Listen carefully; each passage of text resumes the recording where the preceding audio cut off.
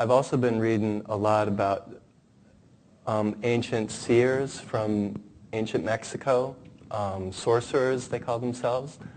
Are you familiar at all with that group of people? Well, in a historical sense? Yes, we are aware of all that has been experienced. We want to lay a brief basis here, and then we want to hear more from you. As you made the decision to get focused into this time-space reality, you knew that you would be using your physical abilities to focus, and that's what your physical senses are. They are focusing mechanisms. The benefit of a focusing mechanism is that, especially when there are many others that are using similar focusing mechanisms, is that it gives you agreement about what you're seeing. So you come forth, you interpret similarly, and it gives you a basis or a jumping off place. You all really liked the idea of coming forth and focusing similarly so that there was a platform from which you could launch your next new idea.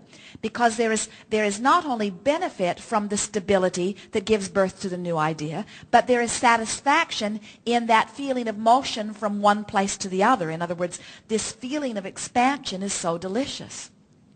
We want to give you a sense of what it would be like if you did not have the ability to choose your subject or to focus in any way, and you were standing in this vast universe where every thought that has ever been thought and every potential thought has even coalesced. In other words, can you imagine the chaos and confusion of your in this moment experience if you did not have the ability to focus a platform from which to reach more specifically into the next idea?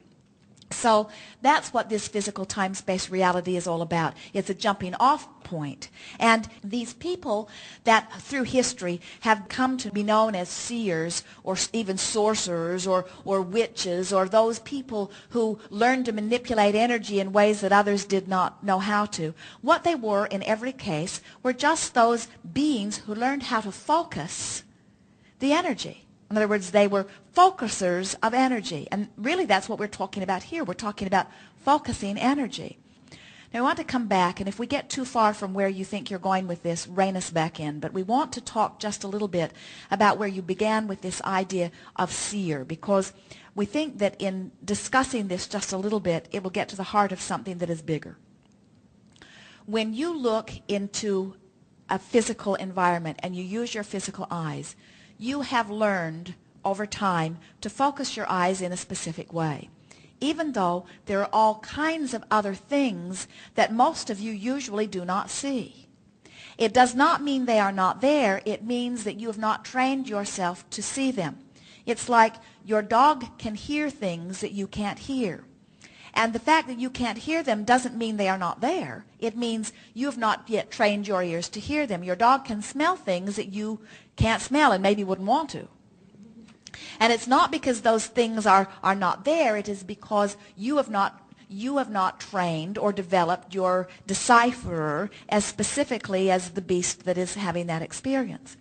So these seers are humans who have understood that there is more to see than easily meets the eye, who have in most cases learned to soften the vision of what they are demanding their eyes to see, which allows them to use a different part of their seeing mechanism in order to see.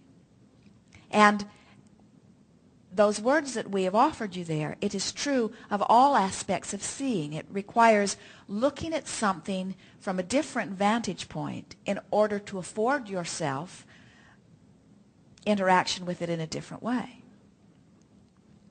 Some people see auras. They will watch Esther as Abraham is pouring through her, and they will be amazed at the light show, while others will look and say, what is it that you are seeing? I don't see anything.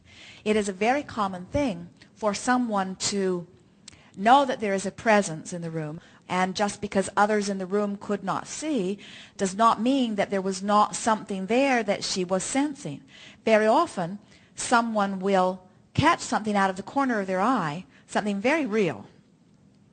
But when they look, they do not see it, and then they assume they were imagining it, where what was happening is, Looking straight on at something is using your physical eyes in the physical way of focusing them that you've become accustomed to, which usually only lets you see physical stuff that you've trained your eye to see. While what you see peripherally is a softer vision, and you often then can interpret energy in different ways. So, this time-space reality, this is something that you can see and feel and hear. In other words, it feels real. It is reality. And you say, so this is real while the ghost that I saw probably isn't. And we say, you cannot say that one is realer than the other. They are both interpretations. This is nothing more than an interpretation. It just feels realer because more people over longer time have interpreted it. And because there's so much agreement on this reality. So then the seer, who is able to interpret a reality that others do not see, is often hanged or burned at the stake or touted as evil, because he has learned to use his interpreters more broadly or more specifically. Right. That was good.